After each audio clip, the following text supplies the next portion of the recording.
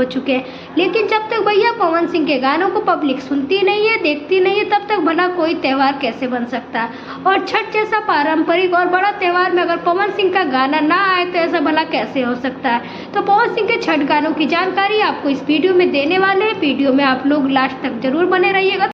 तो चलिए power star Pawan Singh के आने वाले छठ गानों के बारे में आपको सारी अपडेट और सारी जानकारी इस वीडियो में देते हैं। तो दोस्तों, पहली बात, अगर इस गाने की डिटेल के बारे में बात करें तो पवन सिंह के साथ में इस गाने में किसी भी डुएट आवाज नहीं होने वाली है, लेकिन सोलो सॉन्ग यह होने वाला है। बिट्टू विद्यार्थी ने इस गाने को लिखा है, म्यूजिक दिया है सरगम आकाश ने। पवन सिंह ऑफिशियल के यूट्यूब चैनल पे इस गाने को रिलीज किया जाना है। गाने की शूटिंग पूरी तरीके से कंप्लीट हो चुकी है। पिछली रात को तो पवन सिंह के साथ में इस गाने में नजर आने वाली है चांदनी सिंह। गाने की शूटिंग बहुत अच्छे तरीके से कंप्लीट हुई है। तो दोस्तों, शूटिंग हो चुकी है। यह गाना आप लोगों के बीच में बस 1 से 2 दिन में Pawan Singh official YouTube channel पर सुनने और देखने को मिल जाएगा।